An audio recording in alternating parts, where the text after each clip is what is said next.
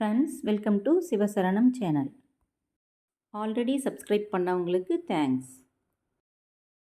சேனலை புதுசாக பார்க்குறவங்க சப்ஸ்கிரைப் பண்ணிக்கோங்க. அப்போ தான் நம்ம போடுற ஹெல்த் ரிலேட்டட் வீடியோஸ் உடனுக்குடன் உங்களுக்கு ரீச் ஆகும். நான் ஒரு 1/4 மணி நேரம் பருப்பு ஊற வச்சுருக்கேன்.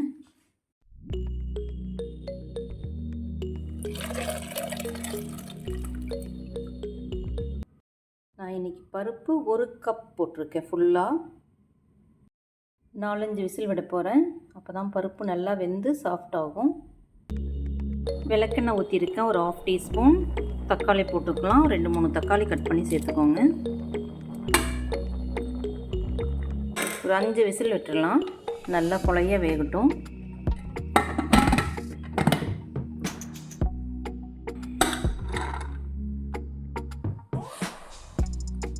நேற்று ஸ்பினச் வாங்கிட்டு வந்துருந்தேன்.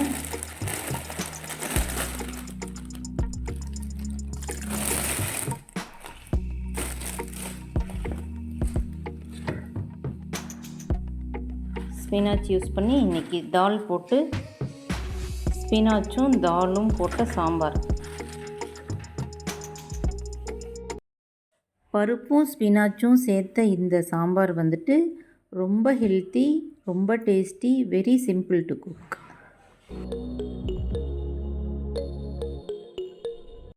நியூட்ரிஷனல் வேல்யூ நிறைஞ்ச கீரைங்க இந்த கீரை. Vitamin A, vitamin C, vitamin K1 எல்லாம் நிறைய இருக்குது. அயர்ன் அண்ட் கால்சியமும் நிறைய இருக்குது.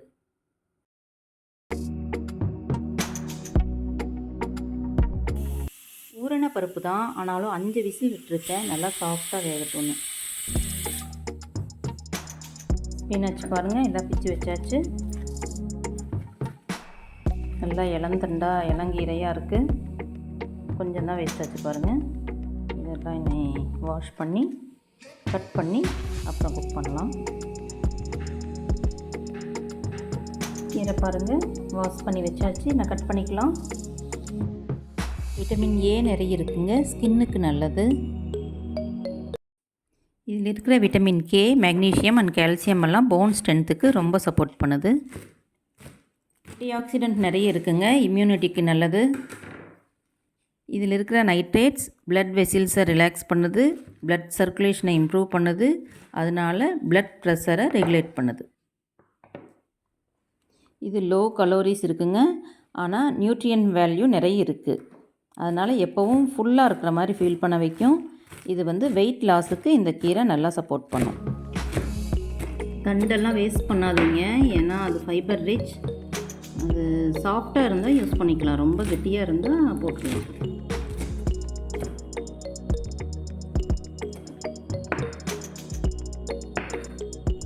இதில் இருக்கிற ஆன்டி இன்ஃப்ளமேட்டரி ப்ராப்பர்ட்டிஸ் உடம்பில் இருக்கிற வீக்கங்கள் குறைய உதவுது.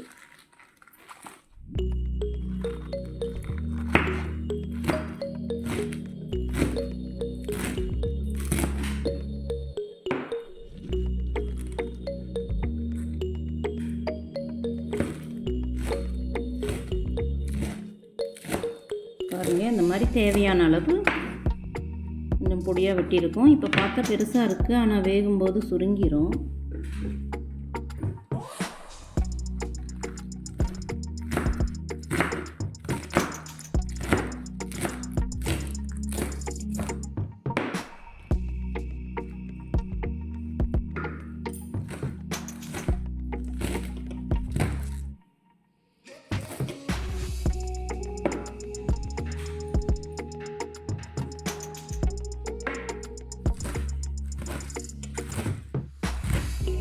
இன்னும் கொஞ்சம் நல்லா கட் பண்ணிக்கலாங்க. அப்போ தான் சாம்பார் கரண்டியில் எடுக்கும்போது அப்படியே கொத்தாக வராமல் பருப்பு கூட கலந்து நல்லா மிக்ஸ் ஆகி வரும்.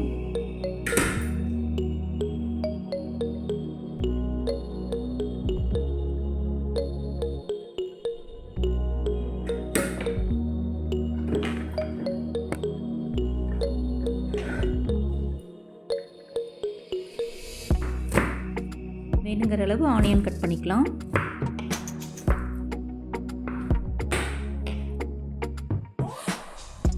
சில்லியில் இருக்கிற சீடு நான் கொஞ்சம் ரிமூவ் பண்ணிடுவேன். அது அப்பப்போ சாப்பிடும்போது பல்லில் பட்டுட்டு இருக்கும் அப்படின்ட்டு.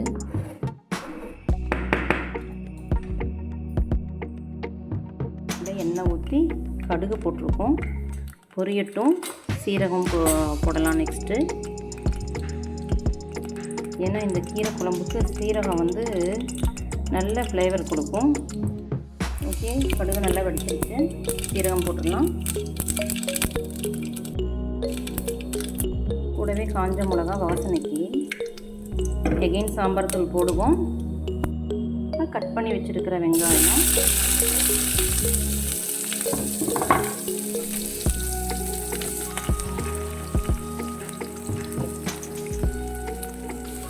வெங்காயம் நல்லா வதங்கி கண்ணாடி மாதிரி வரட்டும்.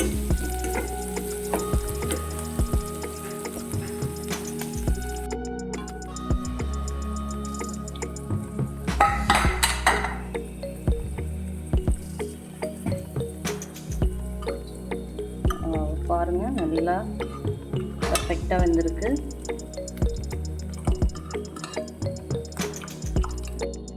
வெங்காயம் அப்படியே நல்லா வதங்கிடுச்சு.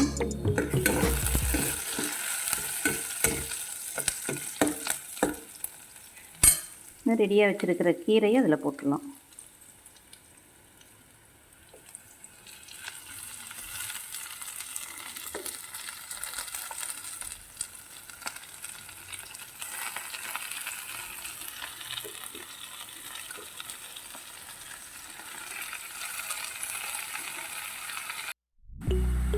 கொஞ்சம் தண்ணி ஊற்றிடலாம், கீரை அடி பிடிக்காமல் இருக்கிறதுக்கு. நிறைய வந்து வாட்டர் கன்சிஸ்டன்சி அப்புறம் பார்த்துட்டு ஊற்றிக்கலாம் எவ்வளோ வேணுமோ.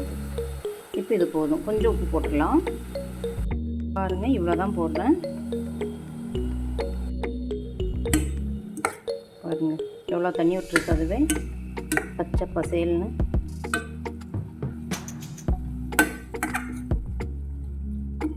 இதை இப்போ மூடி வச்சிடலாம். ஒரு 2 மினிட்ஸ்க்கு மூடி வச்சிடலாம்.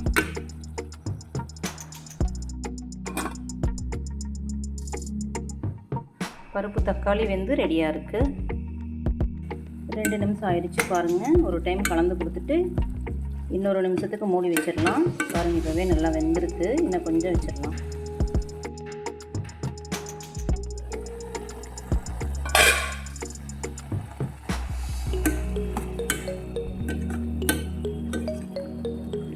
சின்ன சின்ன தண்டெல்லாம் இருக்குது, வெந்துருச்சான்னு பார்க்கலாம்.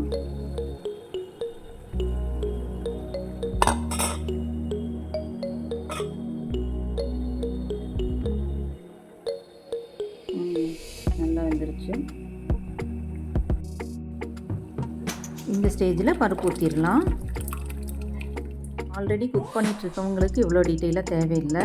இது வந்து பிகினர்ஸ்க்காக கொஞ்சம் எல்லாமே சொல்லணும் இல்லையா. பாருங்கள், ஆல்ரெடி நல்லா சாஃப்டாக வெந்த பருப்பு, கடையக்கூட இல்லை, அதுவே நல்லா வெந்திருக்கு.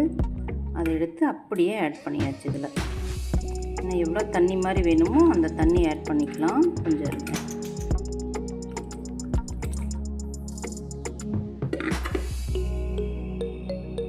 பாருங்கள், இவ்வளோ தண்ணி சேர்த்துருக்கேன்.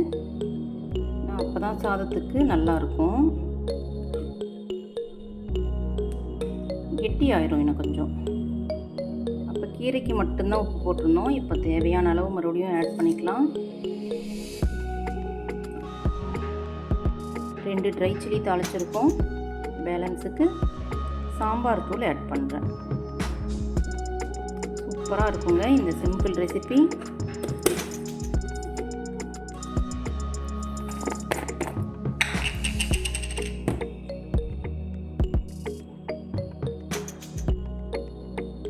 பாருங்கள், அரைக்கரண்டி மஞ்சத்தூள், அவ்வளோதான்.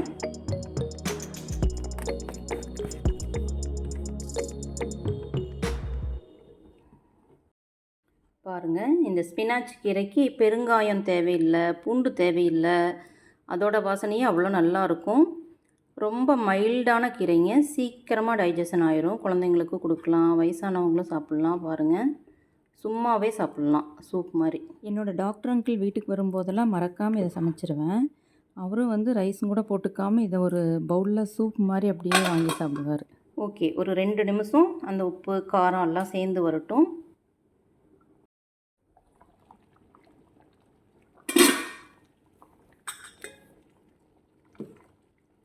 வா பாருங்கள் எப்படி தலை கொதிக்குதுன்னு.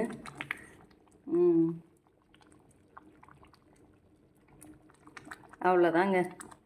ஈஸியான, ரொம்ப ரொம்ப ஹெல்த்தியான, டேஸ்டியான ஸ்பினாச் குழம்பு, ஸ்பினாச் சாம்பார்னு சொல்லலாம், ரெடி.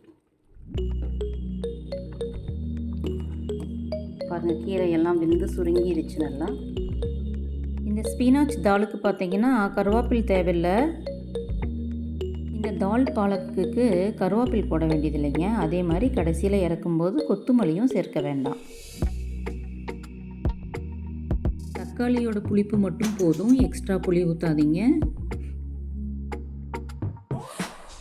பாருங்கள், இந்த கீரை பெருசாக இருக்கு இல்லையா, நல்லா பொடியாக நறுக்கலைன்னா கரண்டியில் எடுக்கும்போது அப்படியே அந்த கரண்டிலேயே சிக்கனை மாதிரி தொங்கிட்டுருக்கும்.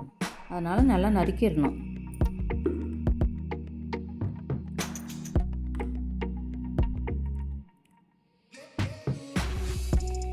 தால் பாலக் ஒயிட் ரைஸ்க்கு சூப்பராக இருக்கும். அதே மாதிரி தோசைக்கு ரொம்ப ரொம்ப சூப்பராக இருக்கும். பவுலில் ஊற்றி அப்படியே கூட சாப்பிட்லாம், சூப் மாதிரி. அவ்வளோதாங்க, டேஸ்டியான, நியூட்ரியன்ஸ் வேல்யூ அதிகம் இருக்கிற, ஈஸியாக சமைக்கக்கூடிய தால் பாலக் ரெடி. நீங்களும் சமைச்சு என்ஜாய் பண்ணுங்கள். வீடியோ பிடிச்சிருந்தா லைக் பண்ணிக்கோங்க, ஃப்ரெண்ட்ஸுக்கு ஷேர் பண்ணுங்கள், மறக்காமல் கமெண்ட் பண்ணுங்கள். இது மாதிரி ஹெல்த்தியான ரெசிபிக்கு சப்ஸ்கிரைப் பண்ணிக்கோங்க. நெக்ஸ்ட் வீடியோவில் பார்க்கலாம். பை.